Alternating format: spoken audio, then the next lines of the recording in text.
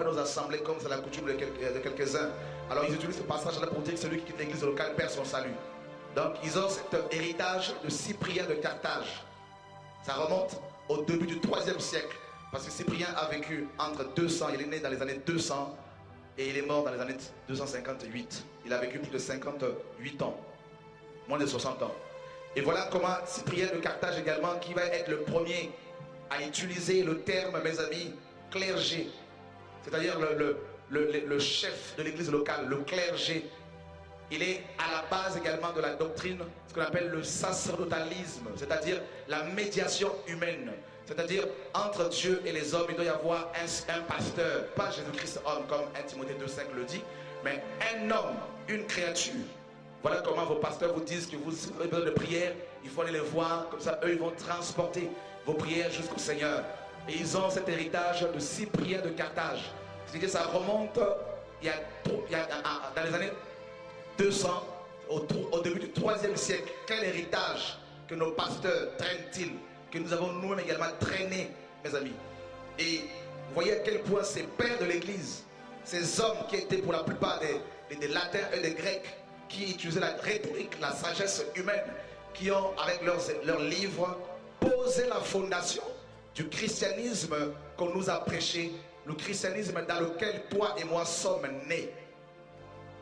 Alors, Cyprien de Carthage, toujours lui, il dit également, comme le clergé juif était payé avec la dîme par le peuple, parce qu'il y en avait 4 sous la loi, la dîme de la personne elle-même, la dîme des pauvres, la dîme des lévites et la dîme des sacrificateurs. Alors comme le peuple juif payait le clergé, son clergé avec la dîme, il faut également que le clergé du christianisme que Cyprien et Ignaz d'Antioche Tertullien ont mis en place, il faut que ce clergé soit payé également avec la dîme. Donc Cyprien va être le premier auteur chrétien à imposer la dîme au christianisme. Donc si dans nos églises, si dans vos églises, on vous demande la dîme, sinon vous serez maudits, ces pasteurs qui l'enseignent ont leur fondement, tirent leur fondement de Cyprien de Carthage. C'est lui le père de la dîme dans l'histoire de l'église, dans l'histoire du christianisme. Alors, vous voyez qu'il y a eu tous ces hommes qui sont venus bien avant, mes amis, le concile de Nicée. Alors à cette époque, il y avait tellement la confusion dans le christianisme. Il y avait tellement la confusion parce qu'il y avait aussi bien des hérétiques qui enseignaient des choses mauvaises. Et les pères de l'église qui ont voulu défendre la parole de Dieu, au lieu d'utiliser seule la parole et les fondements qui ont été posés par les apôtres, ils ont utilisé leurs propres livres, leur philosophie, et ils ont utilisé la philosophie grecque pour pouvoir défendre Dieu. Alors, il y a eu tellement de confusion que Constantin va utiliser sa position pour pouvoir maintenant taire toutes ces choses. Alors il convoque justement, à partir des années 324, il va commencer à lancer la convocation, et en 325 officiellement, il va y avoir cette grande réunion. Il y a eu plus de 315 évêques catholiques qui sont venus du monde entier, pratiquement, avec leur soutane, pour défendre la sainte doctrine. Déjà à cette époque, la Sainte Seine, le repas du Seigneur était devenu un rituel sacré, le petit bout de pain, et ils avaient déjà annulé une grande partie de la sainte doctrine. Et puis, quand il y a eu cette réunion, ils vont maintenant voter un certain nombre de choses qui vont être le fondement, ou je dirais les fondements de notre christianisme actuel. Ils vont mettre en place l'ordination, le fait d'ordonner des pasteurs, n'est-ce pas, des hommes qu'on appelle pasteurs, avec toute une cérémonie complètement pompeuse. Et ils ont copié les cérémonies d'ordination dans les temples gréco-romains. Comment les Grecs consacraient leurs prêtres.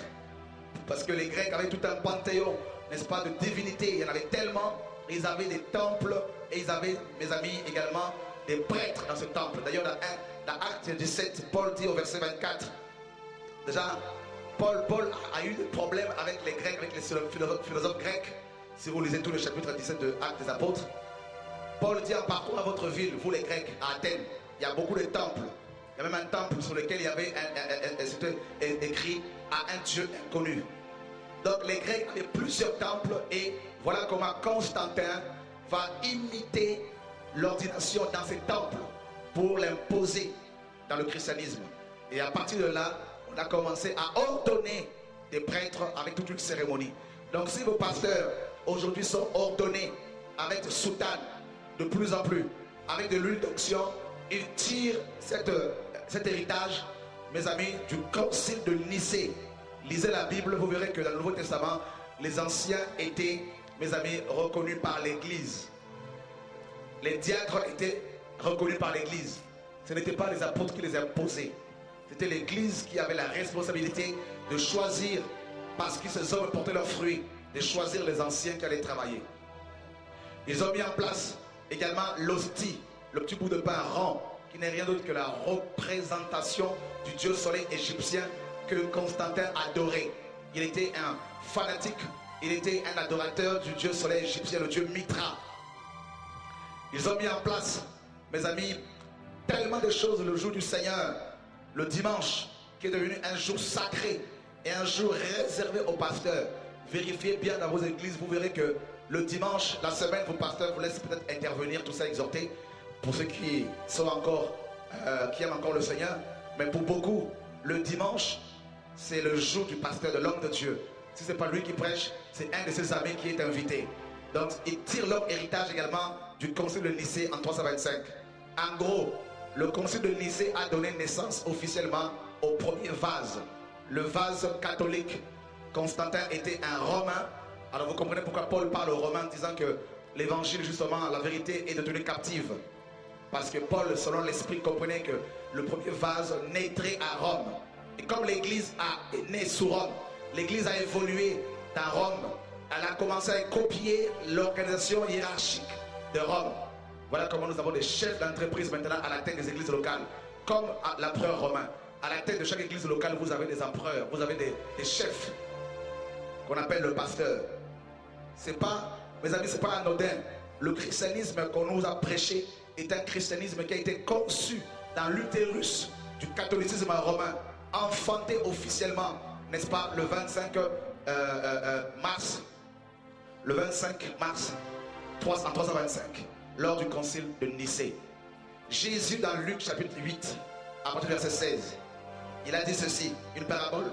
On ne peut allumer une lampe et la mettre, n'est-ce pas, dans un vase. Or, dans cette parabole, la lampe représente la parole de Dieu, l'évangile. Psaume 119, 105. Et puis, le vase représente des hommes. Dans 2 Timothée 2, à partir du verset 20, Paul dit que dans une grande maison, il n'y a pas que des vases de terre, d'argent. Il y en a qui sont des vases d'argent, d'autres d'or. Donc le vase représente l'homme. Et le tout premier vase, c'est Constantin, justement, qui a donné officiellement naissance au catholicisme romain. Je vais vous dire une chose, frères et sœurs, que vous le vouliez ou pas, nous sommes tous pratiquement sortis du catholicisme romain. Tous.